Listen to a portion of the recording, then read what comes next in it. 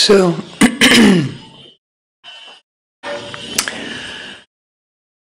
it's a question-answer session until 5 o'clock. So please feel free to ask any question. I don't have any problem saying, no, I don't know. So,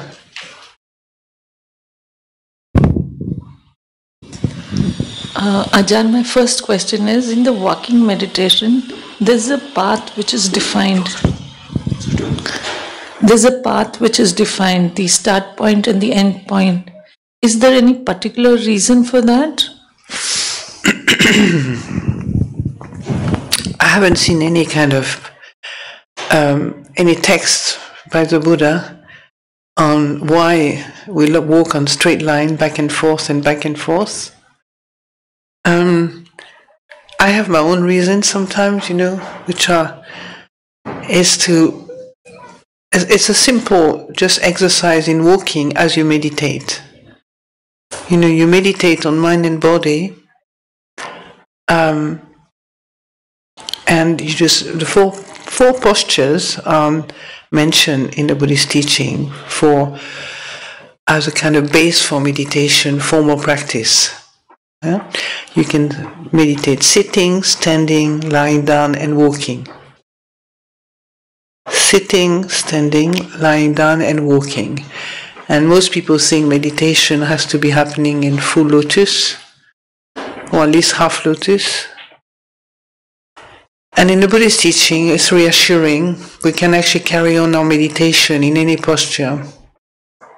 Sitting on a chair, sitting on an armchair, sitting lying down on a bed. So in that sense, it's a very simple. If you did too much kind of zigzagging and whirling and so on, you'll be distracted, having to keep up with the movement and so on. So it's just a simple walking back and forth. Doesn't demand, that much concern about where you're going to go. Just a back and forth movement of the feet. That's all. Simplified. Lying down, you just lie down. You can do lie down meditation at the lion's posture. Have you heard of the lion's posture?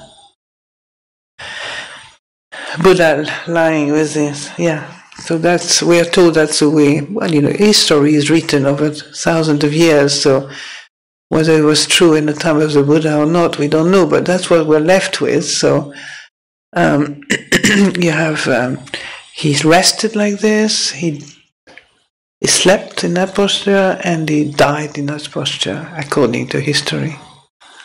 Yeah? And then sitting, you can sit on with two knees in front, kind of. Yeah, so the meditation is not dependent on the posture. And I do agree that the yogi meditation posture is a wonderful posture for the energy of mind and body.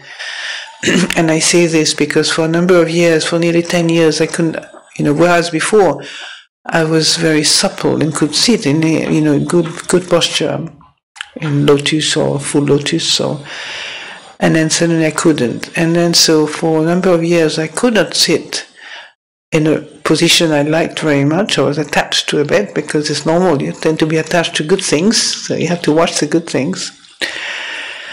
And then my hip joints got changed into metal instead of my real ones. And then I'm back into at least a little bit of a cross-legged posture. And then that's when I realized we take many things for granted. It's really interesting. I never realized how lovely it was to sit cross-legged, ever. I probably complained that my full lotus was not good enough. I spent maybe time thinking I should improve on this or whatever. I never saw the advantages of this until I was deprived of it. And made peace with it, of course, I took care of my mind to not move with the whole changes, It wasn't easy sometimes, but so, yeah, just to go back to the walking meditation, it's just a simplified version of body movement, standing. Any other questions?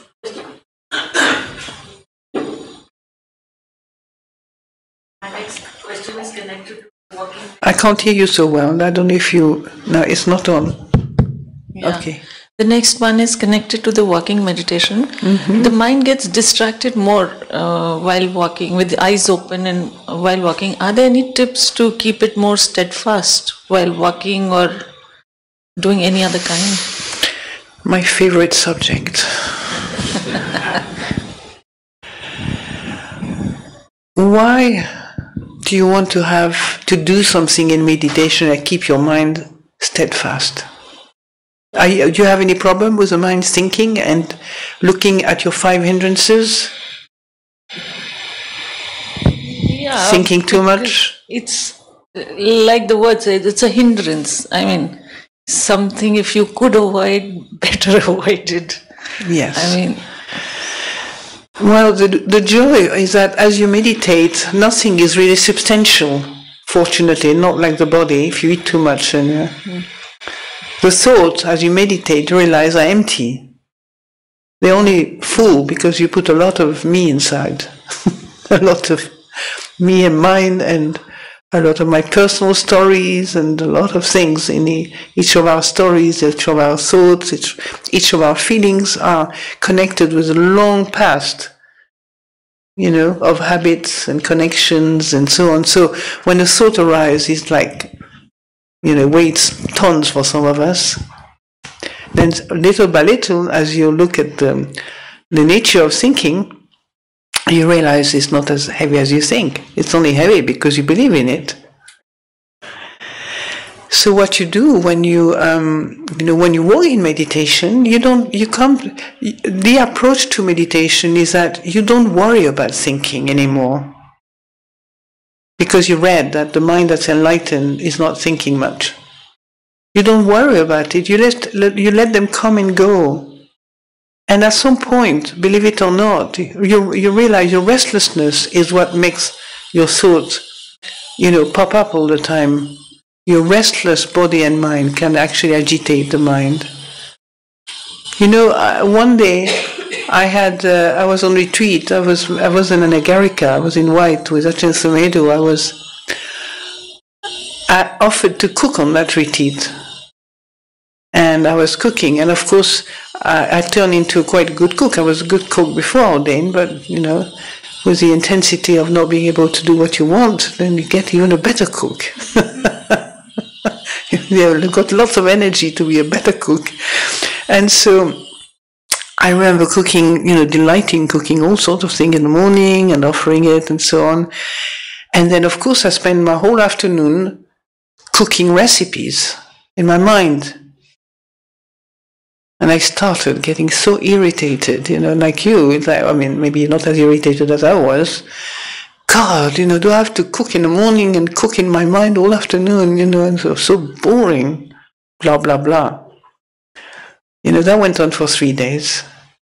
But I had enough practice to know, to have a distance between me and my mind. I could see the mind doing this, but I was not the mind. I didn't have to identify with that, but it still shook me a little bit more than if I really did not mind at all. I did mind. So I didn't want it there, basically. I had a kind of averse feeling. And then you can try this, but I don't think you need to try now. But for me, it got to the point where enough is enough, and a little kind of wisdom suggestion came to my mind. And I suddenly said to my mind, they come out of nowhere, these things, you wonder how they work, but it's like I said to my mind, okay, you can think for 3,000 years, I will still be here for you. Basically, I won't give up on you. I don't know what it meant exactly, but that's what I said, you can think for 3,000 years. See, I gave the mind a lot of leeway, it's like, don't worry about it. I'll still be here to take care of you at Dhamma. You know what? My mind stopped instantly. I didn't have to think anymore. All that proliferation around food was fueled by aversion to it. So, double check the feeling You've done, many of you have done your retreat, okay, with Goenkaji, which was very much around the Vedana. And that's very handy, because on the Paticca Vedana is what the next condition, tanha, you see? Right?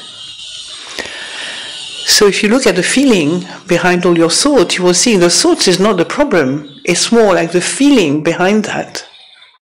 Very often you don't want them and you keep feeding them. You don't know how to do it, basically. But the mindfulness is a part of the mind that is able to bear with whatever manifestation arises in yourself and not move with it. So when you're mindful of thoughts, then suddenly you stop feeding the engine. It's like the fuel to keep on feeding those experiences stops with mindfulness. You arrest them. Whereas before you were just struggling. If only I did this, that should work. If only I did that, this should work. And so you keep agitating the mind like that. Yeah? Okay? So you want to experiment. But really, a thought in the mind, do not worry about them. Don't touch them. Don't make a problem about them, because that's what keeps feeding thoughts. And the same, like Ajahn Chah used to say, a cobra can slide, by not far from you. If you don't touch it, it won't kill you. But if you touch it, it will. Or it might. Right? It's like there was a comparison for the mind. If you don't touch the mind, it won't kill you. Basically, you won't get entangled with it. So, this is what the mindfulness aspect is. Just observe. Don't touch it. Don't start getting involved with your mind, because that's what feeds delusion again and again. Because what gets you involved with the mind, if it's not really from a place of contemplation and mindfulness, then it will easily turn into a mass of confusion. You don't know what to do, you're struggling with it, you're hoping somebody's going to help you to, well, really, all you need to do, go back to the sole of your feet, focus on walking, they're gone. And if you don't mind having them, eventually their habits will die. But give yourself a little bit of time. Don't expect too much, because you'll be disappointed. Okay. Somebody else wants to ask a question? Yeah. I have two questions. One is related to the practice. What is it? I have two questions. Yes. One is related to the practice. One is related to the practice. Oh, okay. One is related to the practice. Yeah. I believe that this is the ultimate path on which we are going.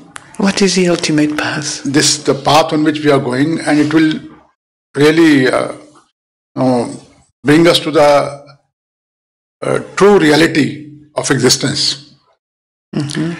But because I am also a worldly man, and day-to-day activities do entangle me in various issues, which are a part of my life, essential part of my life. Of course. Yeah. When I sit for meditation, sometime the whole 45 minutes, 1 hour is gone, either in drowsiness or in that process of entangling. Sometimes I can detach myself, but sometimes the whole sitting goes like that. That's right.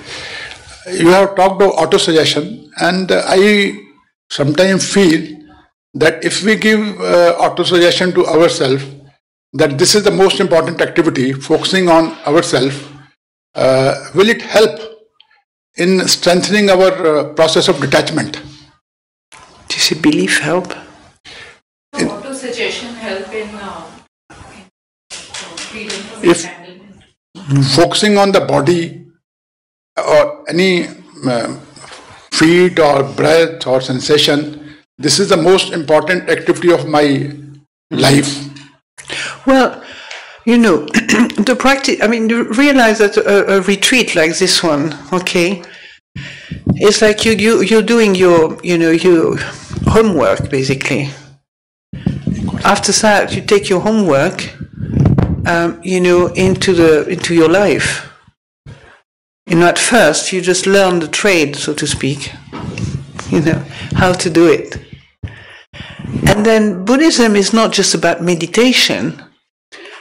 Buddhism is founded on sila, also, a foundation in sila. And sila is also, often people, I don't know, I notice how people don't always make the connection between sila and the mind. So when you, you know, commit yourself to a level of sila, as found in the Buddhist teaching, let's say to refrain from harming, stealing, sexual misconduct, lying, backbiting, slandering, and so on, and then to refrain from consuming drinks and drugs. This is something that will help you as well. Do you understand? Right speech, right action, you know, right livelihood. All these things will help you in your life. It's an all-around training. The Buddhist teaching. You know, it's not just about seeing your, you know, mindfully focused on your nostrils and watching anicca, dukkha, anatta, the feeling level, or any other level as singular but object. It's also your relationship to people. I mean, when you're in a monastery, you relate to people all the time. I've never lived with so many people in my life. Do you know, monks and nuns, lay people? You have to constantly, you know, connect with situations that are not always smooth. Sometimes they are, sometimes they are not. But one good thing is that we don't have to be involved in politics. So I think the Buddha spared us the most difficult part, probably, of society. We can't vote. We can't get involved. We can't present ourselves as a future president or anything like that. But so what you're saying is that this is the ultimate reality, but really, how do you live your life after that? Huh? Is that what you understood from your question? How do you, because I talk about disengaging, you disengage while you're sitting here. There's nothing to do. A retreat is loved by many people because there's nothing to do. I mean, of course, you have to be you're developing awareness, mindfulness, the skill of practice, and so on. But externally, you completely let go all responsibility, don't you? You don't have to worry about others while you're just being taught by somebody. Right? You can drop, and then you drop them externally, and what you notice is that you keep carrying them around while you're on retreat as well, even though there's nobody there, there's nothing there, and this is a glimpse of what you do in daily life. Even when things are finished, you still carry on thinking about them. That's what brings stress in the mind. You don't know how to let go, how to let things be and go. It's hard, it's not something easy. That's why we call it training. Because it takes a lot of patience to train the mind. You know, and that's why the Buddha made patience actually one of the ultimate discipline. Patience, endurance are the highest austerities, the Buddha says that.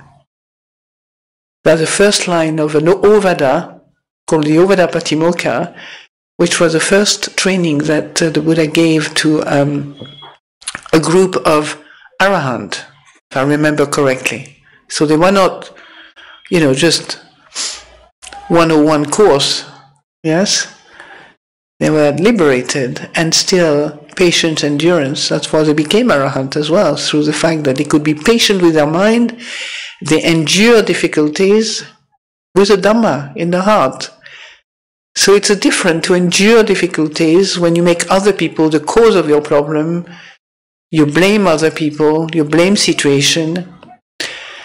You know, now I feel, you know, we don't have to make such a difference in terms of male, women, or lay people, or, you know, but there are situations that is really supportive of samana. Well, your word samana, you know, that's the name we give to ordained people. And for me, there is a definition of samana that came to me recently, is that if you look at the world from the point of view of Dhamma, then whether you wear a pair of jeans or a robe, you still have the mind of a samana. So you stop blaming the world for your problems. You start doing, how do I respond to this world in the most skillful way? Different, isn't it? How do I respond to this world that's creating chaos and dissension and struggle and so on in the most, you know, harmonious with the Dhamma, in harmony with Dhamma. So it's not easy, because of course the world is not particularly committed to ethic, as you know. It's not committed to the good necessarily, and it's not committed to harmony. It's very important. Like now in our tradition, a monastic tradition, harmony is a very important aspect of our life. To do things, we can actually, for example, stop saying something just for the sake of harmony, not sort of stupid harmony, just agree with everybody because you don't have any opinions. It's just maybe at some point you check your opinions. Is it going to be skillful or unskillful? Is it going to help or not help? Is it going to be, you know, productive or not? So this is part also of a training, you know, of the mind. The 5 precepts or the 8 precepts, remember, it's an intention. It's an intention. I intend to, you know, to not harm any living beings. I intend to, you know, consciously. Of course, we do walk on mosquitoes or ants or whatever, but you don't intend to kill them. That's why I love the Buddhist teaching, because it's such an intelligent, you know, non-extreme teaching, in the sense that the intention is what creates in terms of, it's what matters in terms of karma, cause and effect. Right? Otherwise, we couldn't live in this world if you have to help everything, you know. Stop killing everything. Probably all of us are breathing loads of microbes that are quite nice and alive and got to die in our body. Yeah? So the Buddha did notice that we needed some help to be able to live in this world, you know, for a lifespan. I don't know if that answers your question, but you can't, you know, what you do, for example, let's say I was in the dance world myself, what I do at the bar, you know, training myself, or, you know, that exercises. Okay, that's what we do in meditation retreat. We are doing exercises. Don't be fooled. Right? And then, if you don't integrate those knowledge that you gain through the practice into your daily life, then it's, you know, you haven't got it yet. You understand? You have to be modestly recognize that you still have a bit of work to do. And I know that can create a lot of confusion, because if I take my precept of not harming, I will maybe find myself in a situation where my job, if you go long term, you probably kill a few buffaloes in South America or something, or a few, maybe a lot of them, and then you say, maybe I can't do the job anymore. These people come to me, and, you know, all the teachers of my tradition, you know, how can I keep my precept if my company is harming the earth, you know, not just the animals or beings, but also just harming the planet. Yeah. Each one of us needs wisdom to understand how to live in this world. If we have a family, if you have to earn a living, you know, each one of us have to decide, you know, what is the best way to do that. Yeah? And then our speech, which is a communication skill, that is a big thing in the daily life, isn't it? Speech. How to have a kind speech, a respectful speech, a mindful speech. You know, we have not very good habits in speech usually. Why? not me having a problem. It's just anger, greed, hatred are flying all around in our mind, you know. And so many, I mean, these are just little umbrellas, but underneath those umbrellas is, you know, many, many other aspects of those particular theme of greed, hatred, and delusion. So even in your family, you know, you just need a moment of aversion to something. It might not be even your partner or your wife or your husband, but you just feel averse. Aversion is coursing through your system. It may not have even any cause in your house. Do you understand? It may not even have any cause in this lifetime. You don't know. Okay? And then once you see the Dhamma, you can see things are coursing through you. They're not me, not mine, the Buddha reminds us. Not me, not mine. Don't belong to me. Yet we still take many things as me and mine. It's me who created this, it's my wife who created that. We're just part of karma, you know, we have these habits that come from maybe way back. Maybe we didn't want these bad habits that we think we have, but there we are. They are there. So, how to respond in a dharmic way, you know, to this situation we're confronted with? It's one of the reasons why the Buddha has this genial idea when he started, when he said, you know, he was considering how to bring the teaching into this world. He didn't choose he didn't choose the path that's going to bring you to an ecstatic level, you know, ecstasy all day long, 24 hours a day, 365 days a year, or to expect the human world to be free from suffering. So, he said, there is suffering, there is a cause, there is the end, there is a path leading out of suffering. That's a central piece of the Buddhist teaching. That's what makes the Buddhist teaching.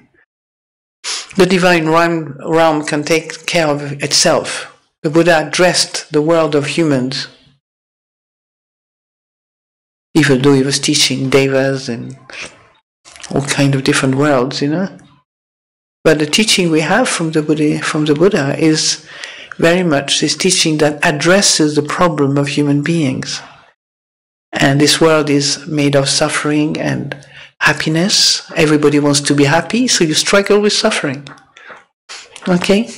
That's one of the most important things to get to really understand.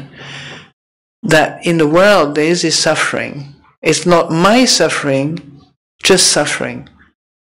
When I say to people, check, so people say, well, how do I know this? And it must be really hard to find this, you know, how do I know suffering? You know, you're a monk or nun, you probably know this, but I say, listen, through the day, check how many times you don't get what you want. Anybody? Through the day? How many times a day you don't get what you want? Yes. How many times a day you get what you don't want? Right? How many times a day you identify with your mind, body, right? Because it hurts. So, just to start with the first two I mentioned, this is a dukkha the Buddha talks about. We chant this chant every morning at Amaravati. We chanted it this morning in Hindi. I just was following, fine, you know. This is it. The Buddha, is talking at the level of suffering that's very, very, it's easy to realize. It's not so difficult. The word I'll use me. It's so close to us.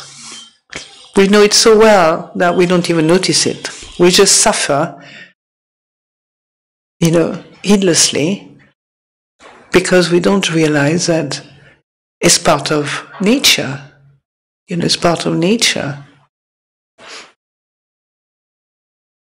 You can see the suffering as Dhamma, Or you can see the suffering as me having a problem caused by somebody else, by life, by this, by that, going back into the past, going into the future. If the past was so bad and now I'm suffering so much and the future is going to be absolutely utter hell. You know, we are very good at creating reality that will never exist. We're very good at creating something that will never happen. That's the training. It doesn't, you know, you don't get that news, you don't get that truth, and you don't leave that truth so easily. But it is possible to live, you know, without creating a future. The future creates itself.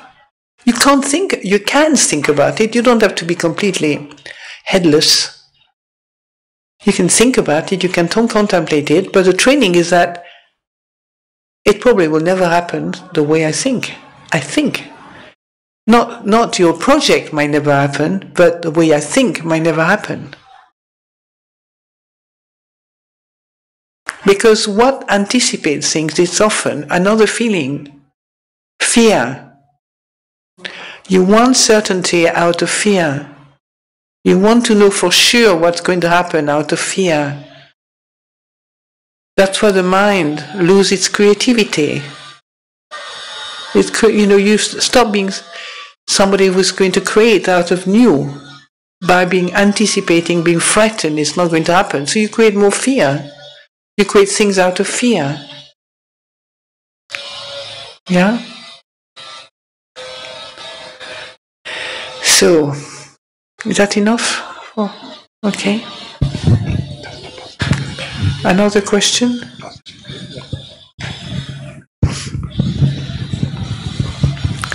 The second question is more academic. What?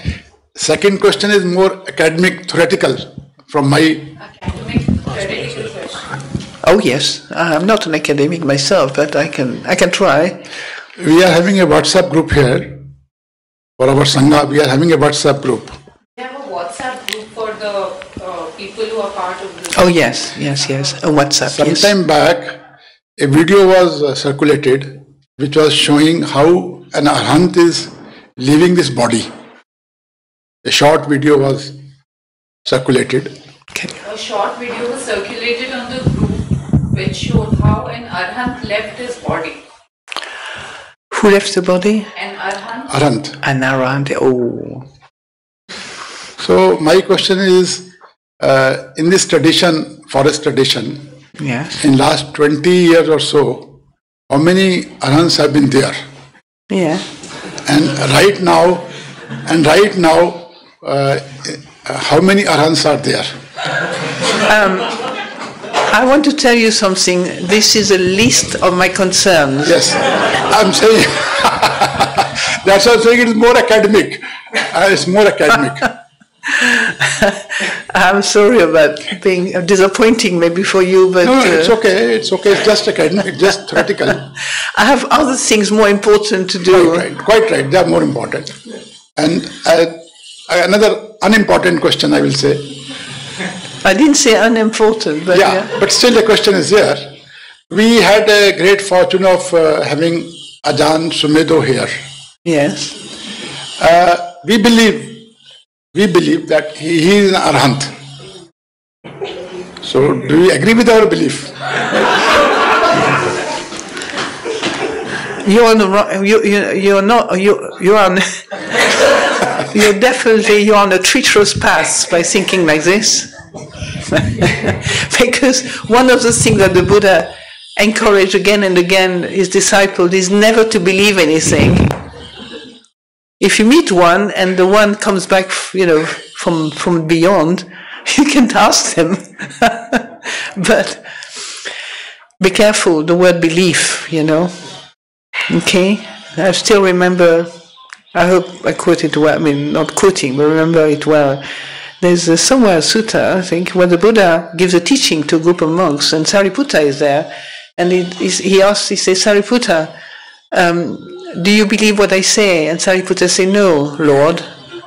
He says, Sariputta has understood my teaching.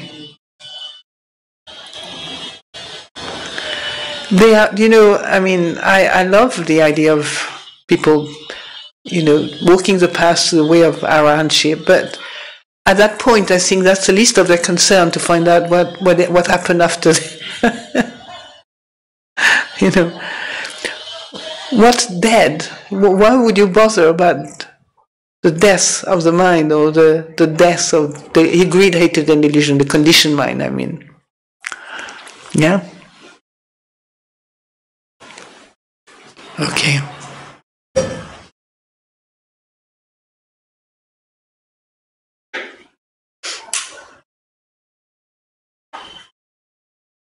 I have two small questions.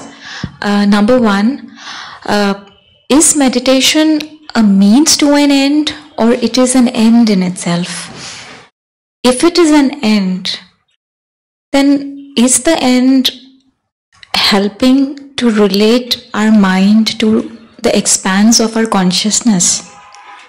To relate our mind to our consciousness. Wow. Okay, let me see.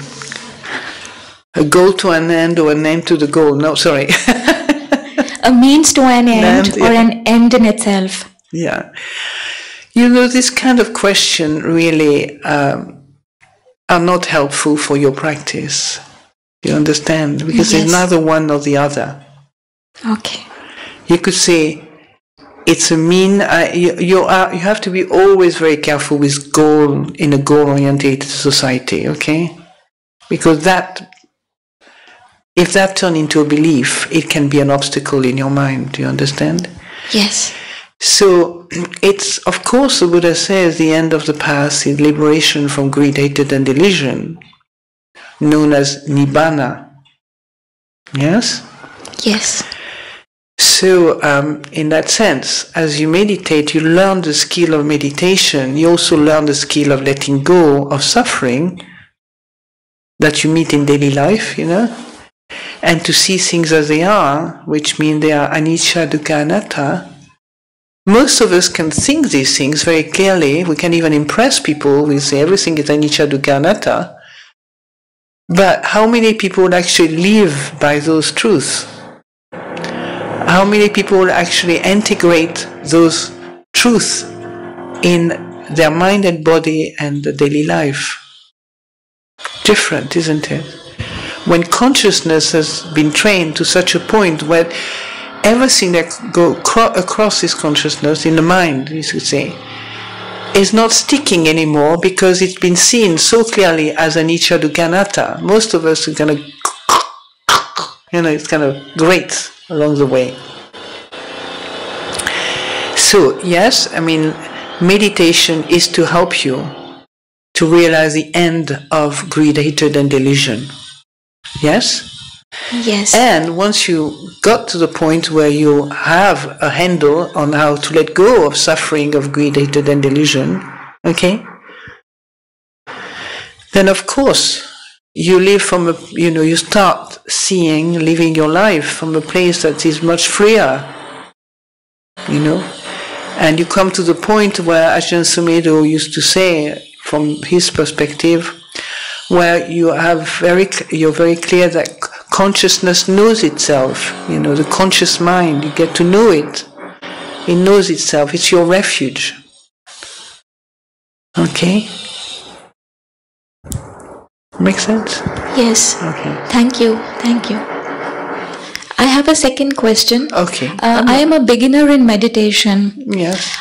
So as I am experiencing meditation, maybe for 20 minutes, 25 minutes, I feel very protected in my thoughts. My initial thoughts are like popcorn thoughts. They come up, they explode, they come back to the original, but still I feel very calm and very peaceful. And when I'm alone, maybe for 8 hours, 16 hours on my own, alone in my house, then there also I'm alone. But then my mind is not stable. It senses dangers. It experiences harm. So as I will proceed in meditation, are there any options that the stability in mind that I experience in my meditation affects me in those 8 or 16 hours when I'm alone and at unease? Well, what brings stability in the mind is an inner strength that comes from many different things, okay? One is what you experience is nothing more than fear. Fear. And yes. Let's face it, the world is a fearful place. So you're not so special, you know? It's normal. But now that you are a meditator, you can begin to observe the feeling of fear in you, the feeling of uncertainty, the feeling of insecurity. It's all feelings. Vedana. Yes. So you can say thank you for the situation that brings all these things, because then at least you have contact with those feelings rather than waiting for the time when they all abate, push down quietly and sleep inside. Then you never get to see them, never get to the point where you can let them go. Do you understand? Yes, thank you. Thank you so much. So, you can do that now. Celebrate your new situation where you're not in meditation and you feel, of course, you're surrounded here by really wonderful people. Yes. You understand? So, that's in a monastery, it's the same thing. There's an incredible sense of security there at some level. Because people are all taken this intention to do good, to refrain from doing evil, and to purify their heart, as the Buddha says. This is the teaching of all the Buddhas, you know. Do good, refrain from doing evil, and purify your higher mind. Yeah? So, normal, there's a feeling of stability and a feeling of security.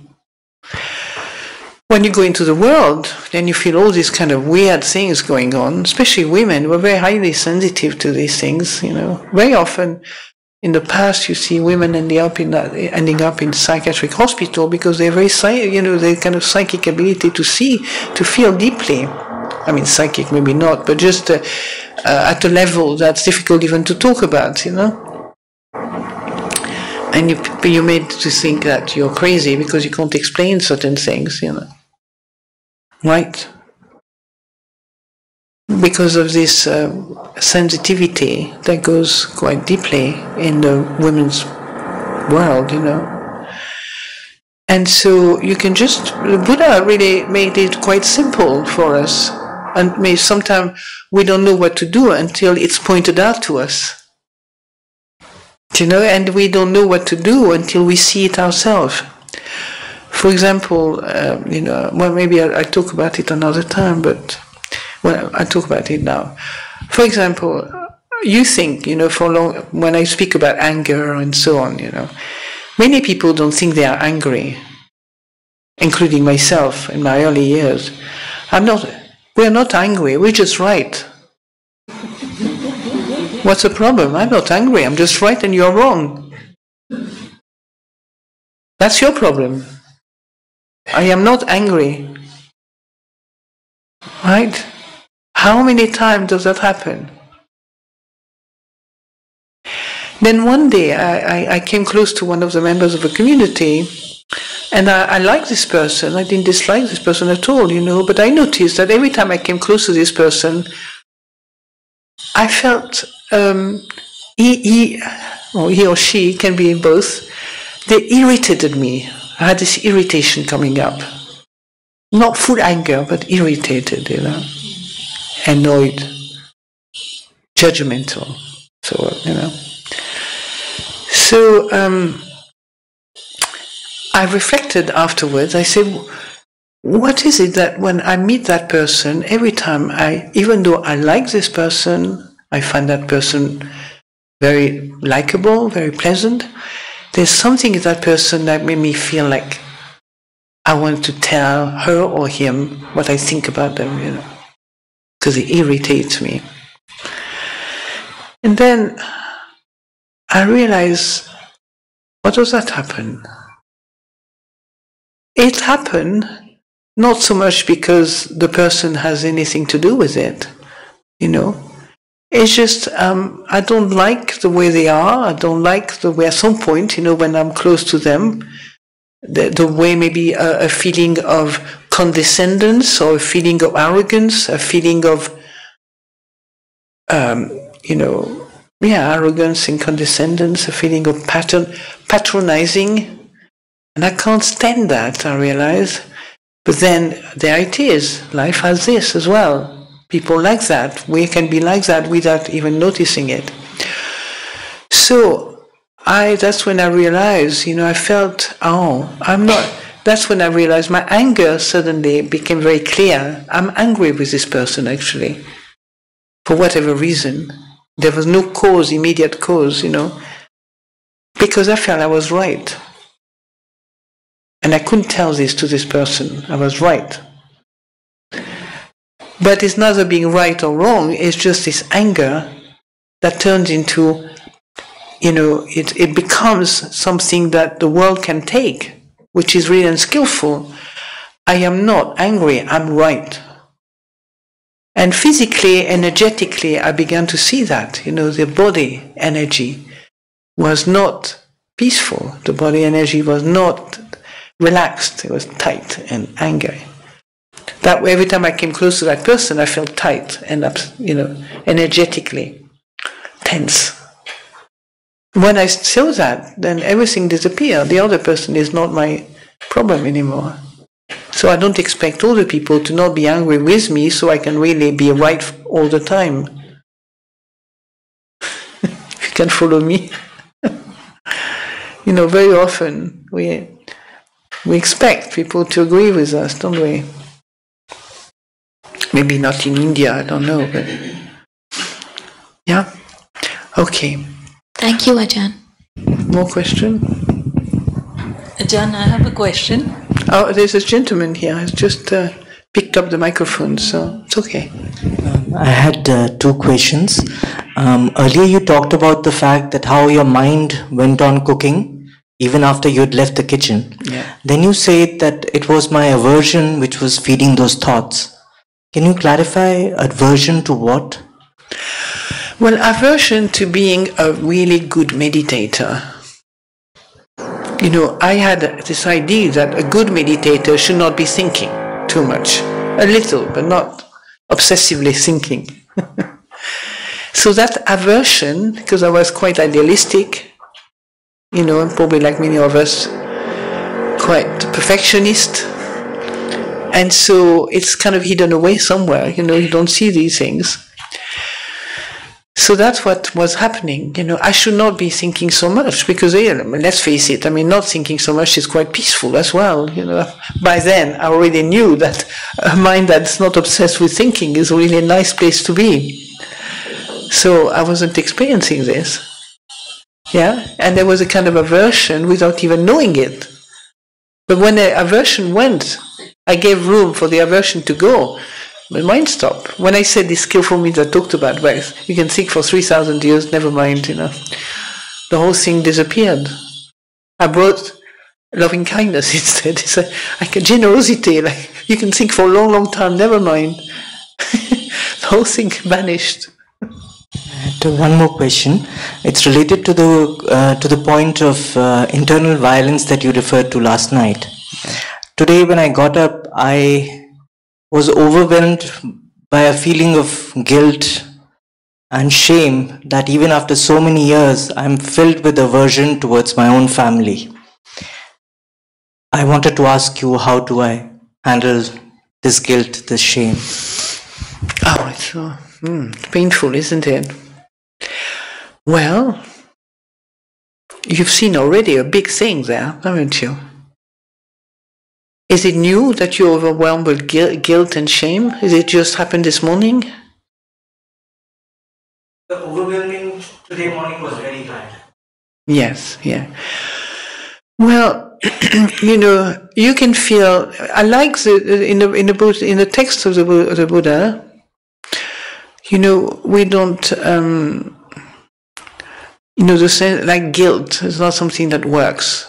Because basically it's not based on an ego, a self that has done something, intentionally, necessarily. But you can just observe that.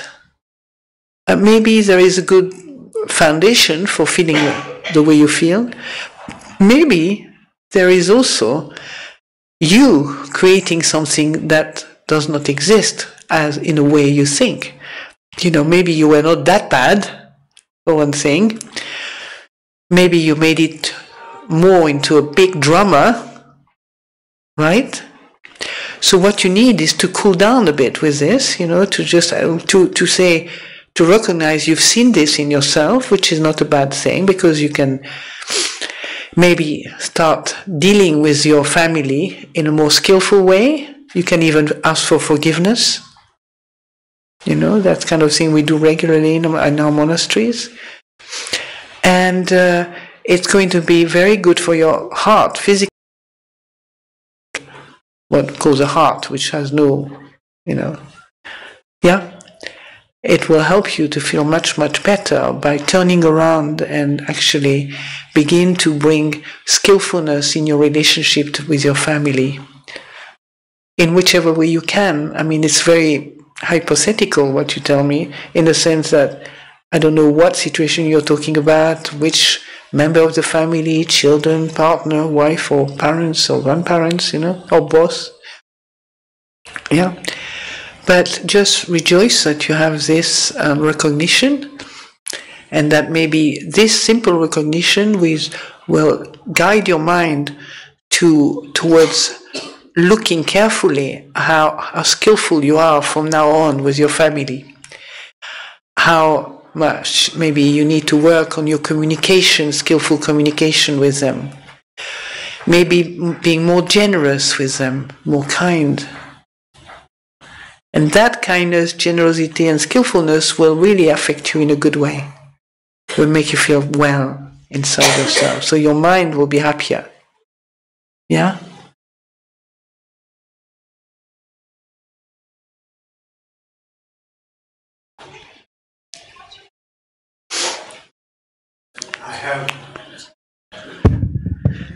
I have a question.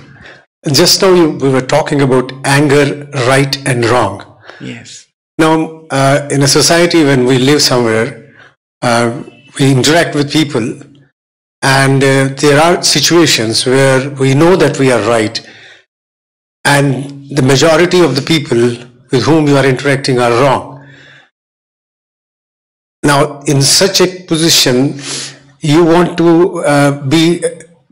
to communicate that because you are right, so you should be heard, and things should go the way they should go.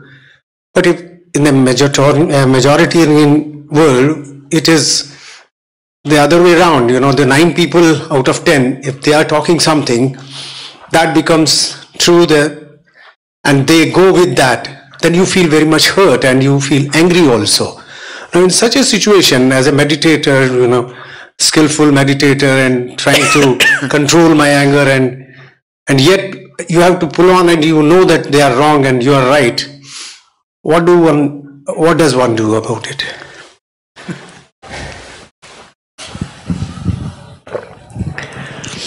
Well, you just enjoy the fact that you think you're right and forget about the wrong ones. No, it's just one level. They probably think they are right and you're wrong. Those people that you feel, toward whom you feel the same, They know that I'm right.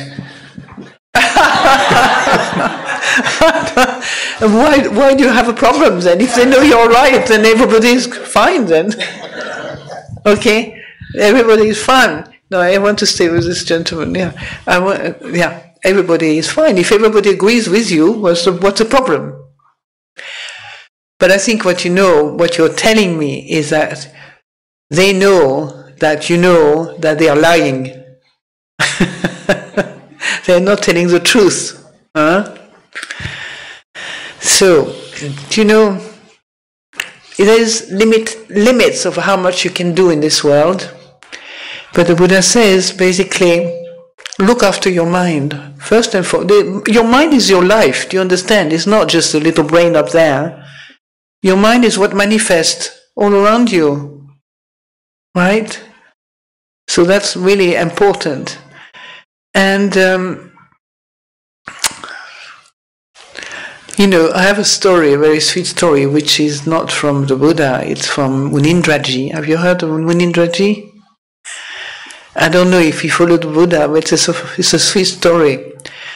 When Sharon Salzberg, have you heard of her? Yeah? When she was on a little rickshaw, apparently. It's a hearsay, so that's what I'm telling from somebody telling me.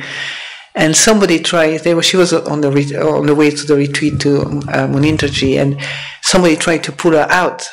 It was dark a bit, pull her out of the rickshaw, but her friends kind of managed to secure her. And I was told when she met Monindraji, she said, what should I have done with this person, you know? What should I have done with this person pulling me out? And he said, well, you should have taken your umbrella, lift up your umbrella and give a good stick, a good knock on his head or whatever, you know. So that's one way one can see it in the kind of, it's like a wisdom, not necessarily, if you want to follow the teaching of the Buddha, you say not harming anybody, etc. It's an individual thing, do you understand? Individual situation. The world is not made of recipe, life is not made of recipe only, okay? And all the recipe, all the teaching we hear, we also have to use our own wisdom, you know? That's what he was saying to her. If somebody is trying to harm you, you never know what we could do. I mean, I've never imagined what I could do if somebody was threatening my life. I have no idea. I know you take the precept and I know you do this and that, but when, you know, a threatening situation comes, you have no idea. But what I noticed is that you really, from before I meditated, I don't have so much fear. My fear, have a lot of fear have gone. So I notice when somebody, there's a lot of energy in there, ready to jump, you know, ready, something I never felt before. But what I'll do with this energy, I have no idea. You know, maybe I just keep my precepts and just let things, you know, abandon. Maybe, I don't know, I can't imagine what happened in the future, so, yeah, so what do you do with that? I mean, this world is like this, isn't it? That's why it's so painful. That's what the Buddha pointed out, to this pain, that we can't set the world the way we want, even according to the best precepts, the best intention, the best... You know, the mind, if our mind was ours, we could do what we want with it. Well, we can't, can we? You know, if we really wanted to say what we want to say, maybe you would want to say to these people, you are lying. I don't agree with you. That would be the truth, wouldn't it? So instead, we become angry because we are frustrated, because we can't say what we want. And then the world starts rolling. You are the one that create my problem and I can't do anything, you know, I have to. So the world is that kind of energy, you know. Even the best people, even with the best of intention. I still remember the time when I've told this story to the sisters, they know it very well. You know, when I was at Chithurst, developing my metta practice at 6:30 in the morning, mopping one of the rooms, next to the kitchen at Chithurst. And, you know, really good-heartedly I started mopping, you know, may all being be well, may all being be happy, may all being be well, may all being be happy. In my great dedicated act, I didn't see a nun in the dark that was preparing flowers. And she was really upset with me and thought I was kind of cornering her and doing something horrible to her. So I said, well, you know, don't expect anything from your practice. That's best, you know, don't expect anything.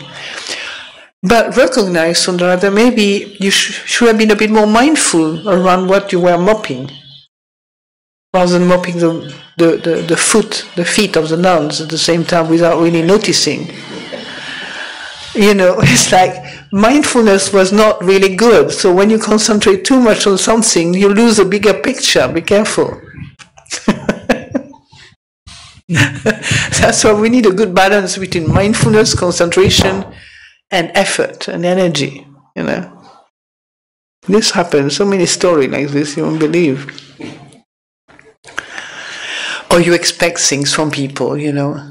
Oh, I suffered personally. I suffered so much, you know. I did not know I had expectation. But I was so upset sometimes when people were not behaving a certain way. And I realized I was expecting them to behave like that. Not to be themselves, just to behave like that. We all have a lot of expectations, I think, in our mind life. This is something to observe, you know. Why do we expect things to be a certain way? Because we don't want to suffer. You know, we don't want to suffer. So we expect and then we blame others. You know, you didn't do it the way I wanted. Because you expect them that they were going to do it that way. But honestly, why would you want people to be doing all the time what you think they should do? People are also, you know, free to do what they want at some level. Just like anybody else here is free to do what they want. You choose to follow the Buddhist path, to come to a retreat, to do that. So that seems to be very noble, you know. Some people don't have so many noble ideals or activities and so on, you know. But why should we judge them? Anyway, one more question, maybe? Can we justify anger? Can we justify anger? Oh, it's a big question, that. In my Buddhist, it's not justifying anger.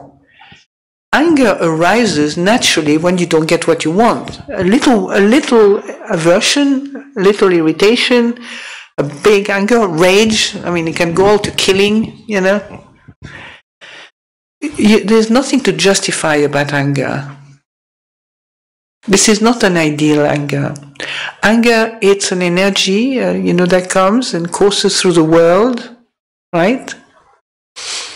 If you look at animals, they can get angry when somebody is going to nip them in the neck. I'm sure they're not happy. So you don't, you know, it's a philosophical question, moral question as well. You know, so a Buddha definitely never justify anger, because one of the most famous teaching is the Sutta of the Saw, in which he says, just remember that, even if somebody was chopping you, cutting you bits by bits, and you would have at that moment a feeling of anger, you could not be called one of my disciples.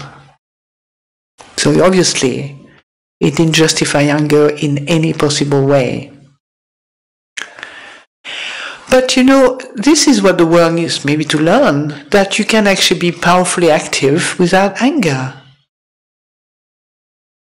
I mean, let's face it, some people have tried it, it's called love. Yeah? Right? How many major things have happened in this world through love? It doesn't always work, but it's a sure way of health. Yeah? And your everyday life, you know, you can see that. You just have to. Somebody was reminding me that, there was a monk actually recently, was reminding me that when they were young monks, you know, we were a group of people around him, that he had a problem with somebody in a monastery, like there was kind of difficulties, conflict and so on. And every time this monk he had conflict with saw him, he would walk away as quickly as possible, didn't want to engage or have anything to do with him. And so he started really practicing metta, which is called love, right? Metta. And suddenly, this monk, very soon after that, came to ask him how he was, you know, and so on, got interacting with him. These things happen all the time if we start paying attention and turn around, do a U-turn from, you know, anger and reactivity and, you know, basically sort of manifesting these emotions, those unskillful emotions.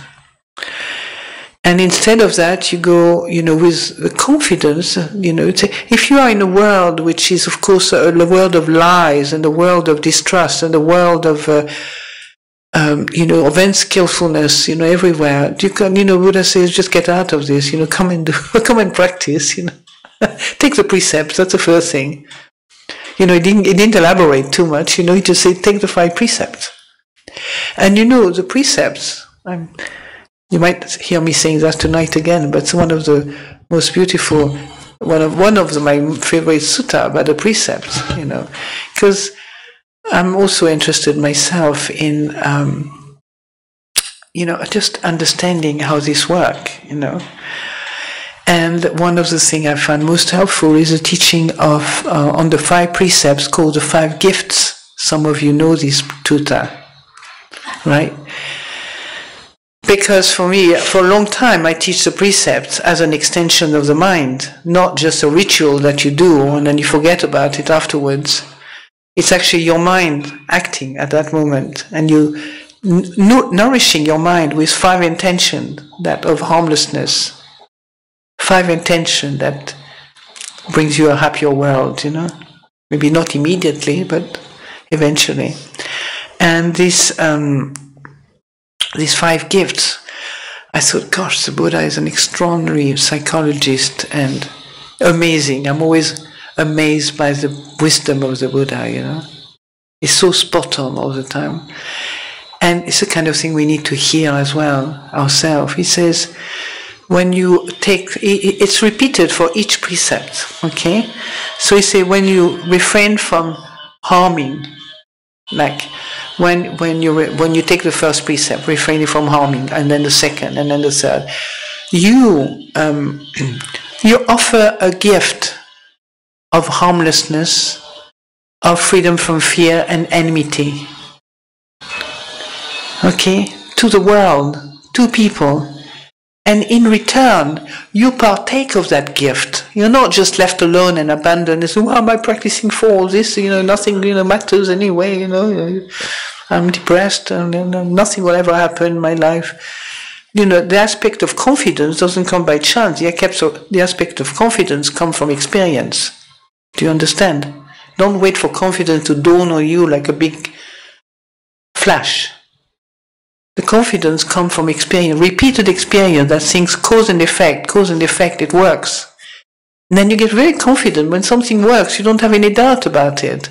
Do you understand? You don't have to ask somebody, should I do this, should I do that?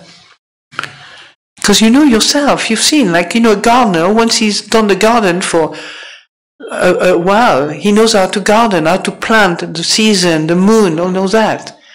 Take a city man or city woman into the garden, she will probably have all the plants half dead.